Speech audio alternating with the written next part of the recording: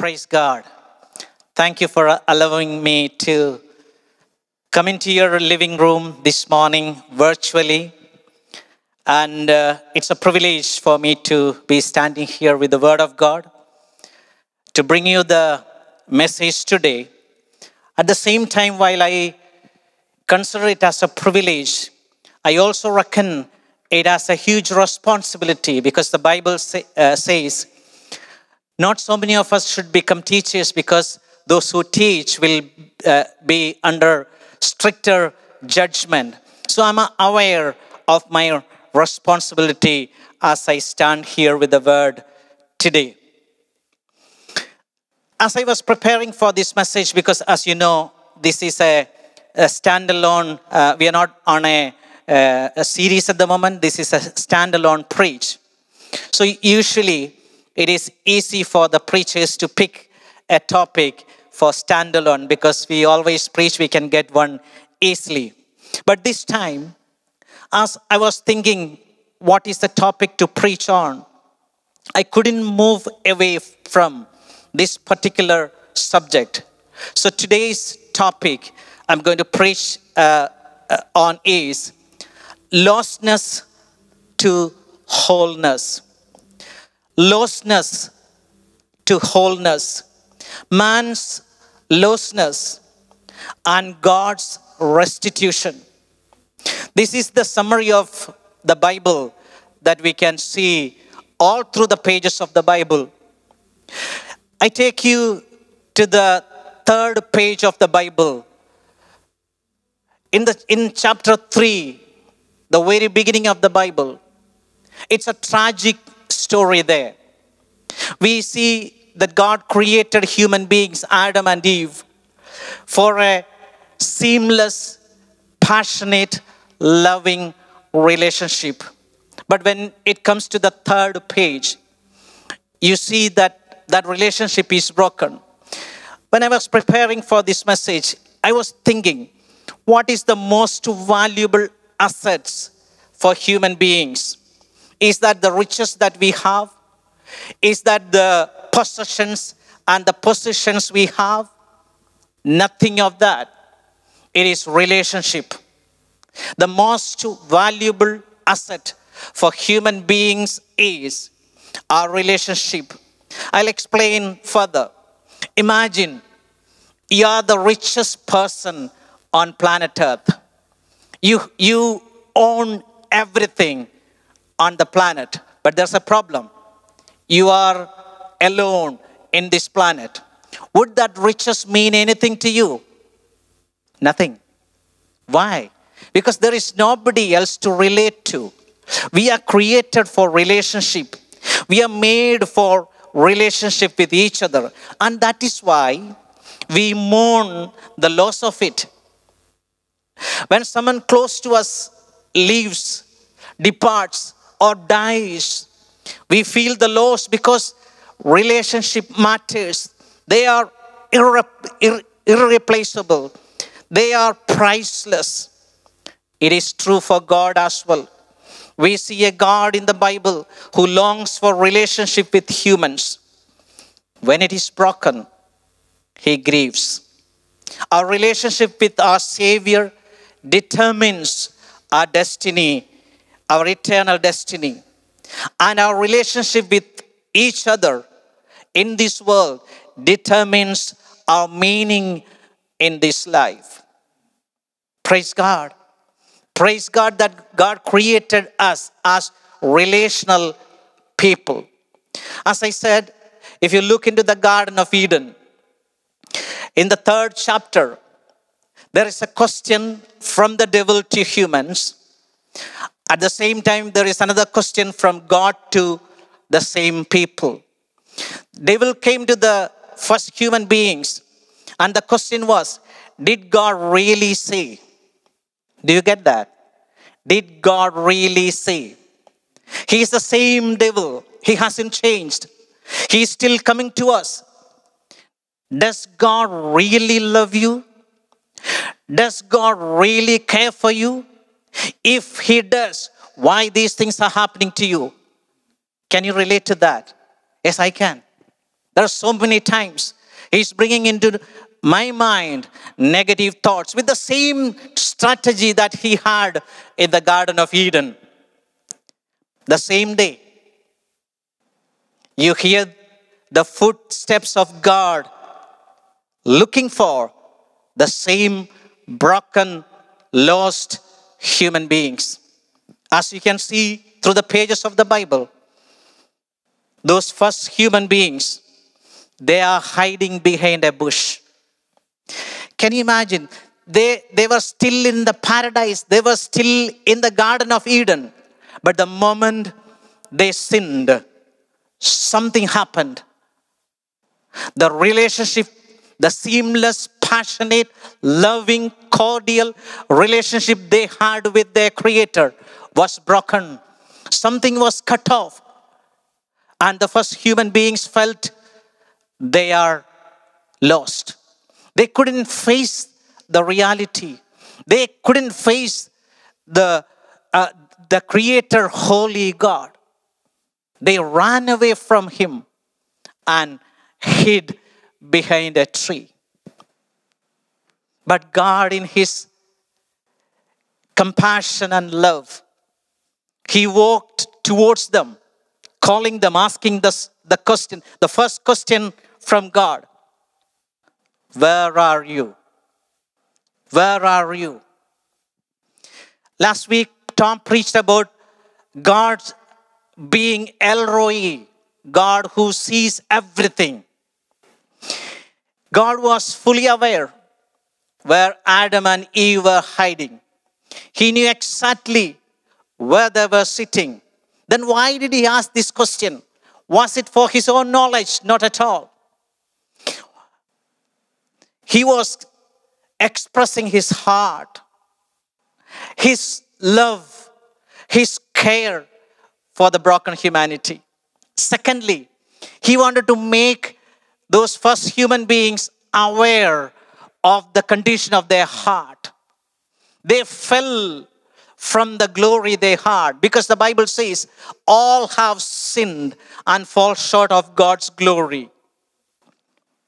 They knew, Adam and Eve, they knew the laws. Some 10 years ago, when I was sitting in my home, my wife was preparing for her driving class. My son Kevin, who is 15 now, he was only 5 that time. My wife said, okay, I'm heading for the driving lesson. She went away. After 10 minutes or so, I was looking for Kevin. I couldn't find him in our home. I went to all the places where you usually find him, calling, Kevin, where are you? Where are you? There was no response. I was panicking. I went outside, looked everywhere. I went to my neighbors and asked them, did you see my son? They said no. By this time, I was so nervous. I didn't know what to do. I went around, I drove around our neighborhood to see if he is playing out somewhere. I couldn't find him anywhere. For 20 minutes, I was really shaking.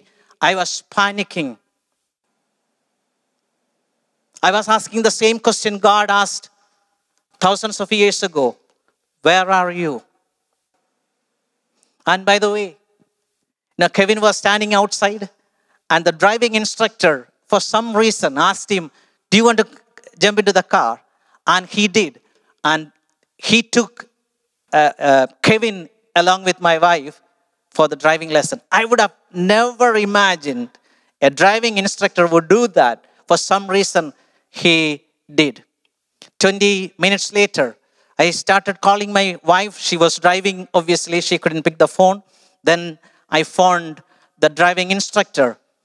I was frantically calling, so he responded to me. And he said, hey, he's fine. He's sitting in the back, enjoying the driving of your wife. That day, the Holy Spirit spoke to me. Now you feel the brokenness of a father. That is exactly what God felt thousands of years ago when He was looking for the first human beings. created in His image, created in the glory of God. They were not in a place they should have been. They were not in the intended place. And that broke God's heart. God was looking for him not to blame them, but to bring them back into a relationship with him. That is our God. That is the Heavenly Father we have in our life. The lostness of man affects each of us individually and all of us collectively. That's why, Bible calls it, lost people. Those who have no relationship with God, they are known as lost people. One of the most famous hymn in the Christian world is Amazing Grace. It was written by John Newton some 250 years ago. He was a captain of a slave ship.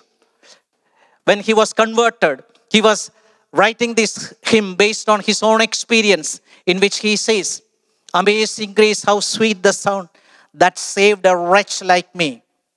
I once was lost, but now I am found. I was blind, but now I see." When a relationship is lost, we are lost because we are created for relationship with God and with each other. That is why he said, the relationship is the most valuable asset we have in this life. So I just want to talk about lostness and how God rectifies that problem. I just want to read from Luke chapter 15. This is a very popular passage because Jesus, he said 3 parables to explain lostness of human beings. So I just want to start from verse 1. Chapter 15 of Luke, verse 1. Now the tax collectors and sinners were all gathering round to hear him. But the Pharisees and the teachers of the law muttered, "This man welcomes sinners and eats with them." Then Jesus told them this parable. By the way, that parable is the parable of the lost sheep. The lost sheep. First parable of the lost sheep. So I'm going to explain to you 4 states of lostness. 4 states of lostness. In the parable of the lost sheep, Jesus is trying to teach us about a kind of lostness. In this passage, I just want to read a few verses. Suppose one of you has 100 sheep and loses one of them. Doesn't he leave the 99 and in the open country and go after the lost sheep until he finds it? And when he finds it, he joyfully puts it on his shoulders and goes home. Then he calls his friends and neighbors together and says, "Rejoice with me, have found my lost sheep." The first kind of lostness is lost but helpless. Look at this sheep. It is lost on the way. And the sheep exactly knows that it is lost. But it's a feeble creature. It cannot help itself. It is stuck somewhere. It is helpless.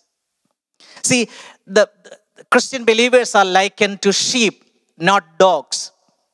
If it was a dog that was lost, that could easily find its way home. But a sheep, it's a communal being. It lives in a community. If it is lost, it cannot find its way home. So, in that story, the lost sheep knows that it is lost, but it is helpless. You will find many people in your workplace, in your family, among your community, in this kind of lostness. They know that something is not right in their life. They are broken. They are bruised. They are hurting. They are searching for answers, but they have no idea where to turn to. This is a group of people we are trying to reach. In this city, in your friend circle, there are people who have some sense of lostness in their life, but they have no idea that there is a way out. What should be our response to that? You read there, this shepherd is going out of his way to reach the lost sheep.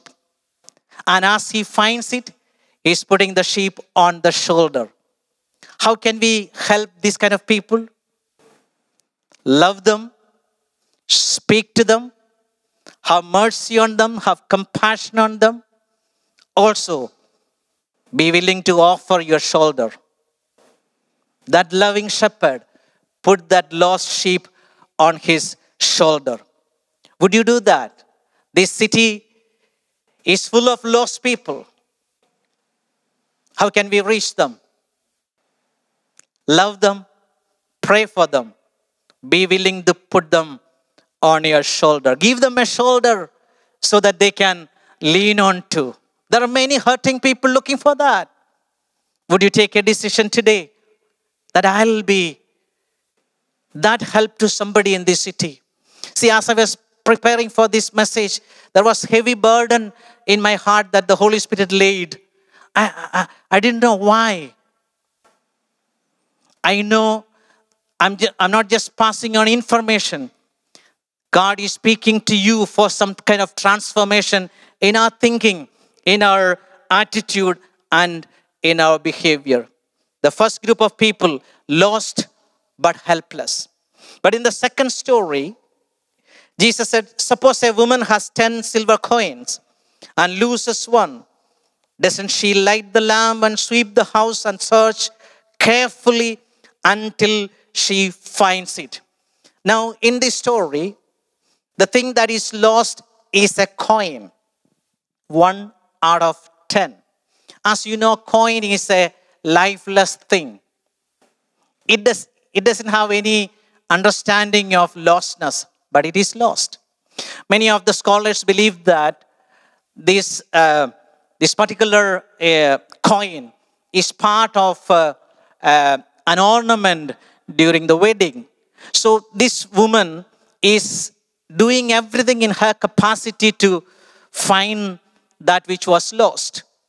So she's putting, effort in finding it. That means that coin has more value than its material value.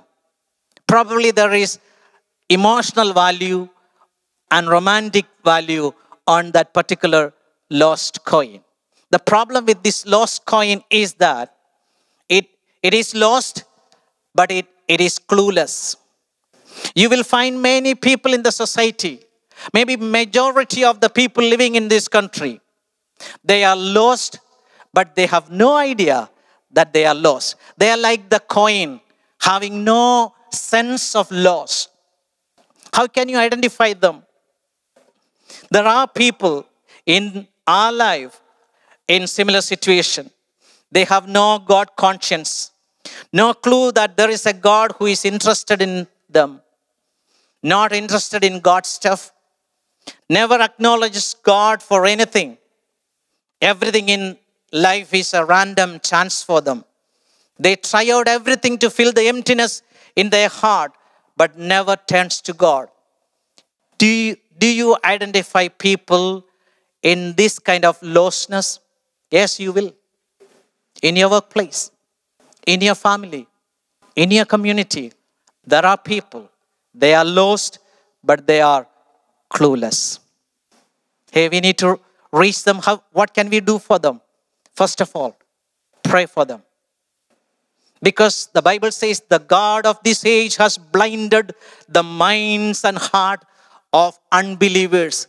There is a dark force stopping them from realizing that they are lost, from realizing that there is a loving God looking for them. So let's pray that God will open their inner eyes. Pray for them. Love them. Speak to them. Invite them into your life. Invite them into your church. Now, what you notice there is that she searches for the lost coin. And the Bible says, until she finds it. They are lost but clueless. My advice is, never give up on them. Because God never does. Maybe they are not interested in God, but God is interested in them. Never give up on them. Continue to pray for them. Try to reach them as much as possible. Get them into the family of God. The third type of lostness, Jesus goes on to teach the most famous story in the Bible. That is the parable of the prodigal son. I don't need to explain everything of the story. This boy once who experienced the love and care and the relationship with the father decided to move away from home and lived a wicked life. But when he hit the rock bottom, he decided to return home. And he came back. As you see through the story, the moment the father spotted this wayward boy far off, out of his love, he ran to the son, embraced him, kissed him, and brought him home and threw a party. The third category, lost but feels worthless. That is what he is saying. Every time he is saying to himself and he is saying to the father, I have sinned. I'm not worthy to be called your son. They are lost, but they feel worthless to come back. We call them the prodigals. How can you identify them? They once experienced the love of God, the goodness of God, the favor of God, but they turned their back on God. They are aware of their situation and know in their heart that there's a Father. They are aware of God, but they feel unworthy to come back. Do you identify people in your life, in your circle? People who once had fellowship with us. There is a wall in the back of the church here. There are hundreds of names on that prodigal wall. We have been praying for them. What should be our response to them? They know that they are lost, but they are feeling worthless. What should be our response? Let me say, keep your door open. Never write them off. Because our Heavenly Father, He is full of love and compassion for every lost soul. When Jesus came into this world, He made His mission statement like this. The Son of Man has come to search and find and save the lost. The very purpose of Jesus leaving the glory and coming into this sin-stricken, curse-stricken world was to look for lost people. This prodigal son was lost, but he felt unworthy to come back. Let me go to the last one. The last group of lost people, that is the brother of the prodigal brother. Why I am saying he is lost? You can identify people like that. He is judgmental. He is resentful. He is a fault finder. He is self-righteousness. He has a feeling, I'm better than others. Do you know people like that? Sadly, we can even find people in the church like that. They're too judgmental on the prodigal brothers. They couldn't enjoy, they cannot enjoy the coming back of the prodigals. See, for the second time on that day, this loving father went out of their home. The first was to bring the prodigal back into the home. For the second time, he went out to plead with the brother to come and join the celebration. Why he had to do that? This prodigal son was lost, but the prodigal son's brother, he was lost, but heedless. Lost, but heedless. He wasn't listening to his father. By the way, he shared father's house, but he never shared father's heart. You will find people in church like that. We share the same building. We sing the same song. But many people fail to share the heart of the Father. Let me encourage you, church, as the leadership of this church. We are here to love people, not to pass judgment on them. We love the prodigals coming back. We will never judge them. Rather, we will put our arm around them and we will bring them home and we will celebrate with them. Let me ask you, are you finding yourself in one of these lostness? If not, you know there are people who are lost in these categories. My prayer is that God will enable you and me to reach the lost in this city. Whether they are lost and helpless, whether they are lost and clueless, whether they are lost and feel worthless, whether they are lost and heedless, God loves them. Our Heavenly Father loves them. As I conclude, let me share a story that we all know. We know the incident that took place on 15th April 1912, the sinking of Titanic. There were 2,224 people on board. As the people were boarding the ship, outside that place, there were 3 lists, it was said. There was first class, second class, and third class. There were lists outside.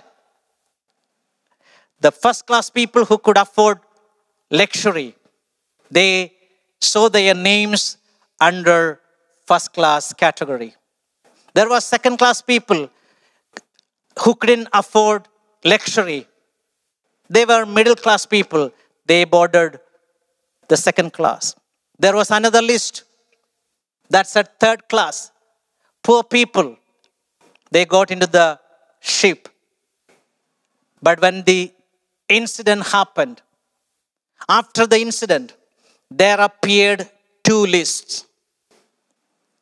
Initially, there were 3 lists, but that list was reduced to 2. One said, "Not to be saved." The other said, "Not to be lost." There were nearly 1,500 people under the category "not to be lost." In this world, there are nearly 200 countries, meaning there are 200 nationalities and passport people can identify themselves with. I can say I'm an Indian or I am British, whatever. There are so many categories people are known today. But that is going to be reduced to 2. Not to be saved, not to be lost. Jesus left heaven's glory, came into this broken world in order to bring home the lost people. By the grace of God, God is leading us a church into a spacious bigger place. Do you know why? Only one reason: to make room for the lost. So that we will have a bigger place to celebrate with the lost. We will have ample space to put our arm on the lost, to say that God loves you, we love you, we accept you into our company. Let me encourage the church. We should never have this older brother syndrome in our life. Bible says in Philippians chapter 2 verse 3, do nothing out of selfish ambition or vain conceit. Rather, in humility, value others above yourself. The world is heading towards a crash landing. Today you will find your name under various lists, but that is going to be reduced to two. Either you are saved through the blood of Jesus Christ, or you are eternally lost. As I conclude this message today, based on the mercy of God, as Paul says, I plead with you. If you identify yourself in one of these categories, your salvation is just one prayer away. Now, being in your own home, it is so easy to respond. I feel like that because nobody is watching you. Probably you are on your own in your living room, in your bedroom. Why don't you kneel down and ask God, the glorious God, the El Roi, who sees everything, who knows everything. He came to that garden calling Adam and Eve, where are you? The same voice is echoing today in your life. Man, where are you? You are not in the place I intended for you. Would you humble yourself today? Invite Jesus into your life. If you are walking far away from this God, would you just pause for a moment and ask God to forgive? If you find it difficult to love others, accept younger brothers into your company. Why don't you humble yourself and pray, Lord, give me Father's heart. Give me Father's heart. Can we pray? Can we close our eyes? Wherever you are. Our God is God El Roi. The one who sees you. The one who knows everything that is going on in your life. He knows your brokenness. He knows your failure. He knows your flaws. He knows your inability to come back home. That is why He is coming to you, to your home today through this media. And God says He loves you. He wants to have that relationship back with Him. Why don't you pray? Father God, we thank you for this Sunday. Thank you for helping us to, Lord, worship you this morning. Lord, we live in a broken world. There are millions of people who are lost, but they have no clue. There are millions of people, they are lost, but they are helpless. There are so many who are lost and they know that they are lost, but they feel worthless. There are many, even in Christian circle, they are lost inside the home, but they are heedless. Lord, I pray for all of them. Lord, we humble ourselves as a church that we have a city to reach. There are hundreds of thousands of lost people in this city. Lord, we pray that you would give us the heart of the Father to love and pray and reach each one of them. This morning I pray your blessing upon every individual person who has listened this word. Lord, I pray for those who have responded today. Lord, I pray that you would be with them, guide them, lead them. Thank you, Lord. We love you. We honor you. We give you all the glory. In Jesus' most precious name we pray. Amen. Amen. God bless you.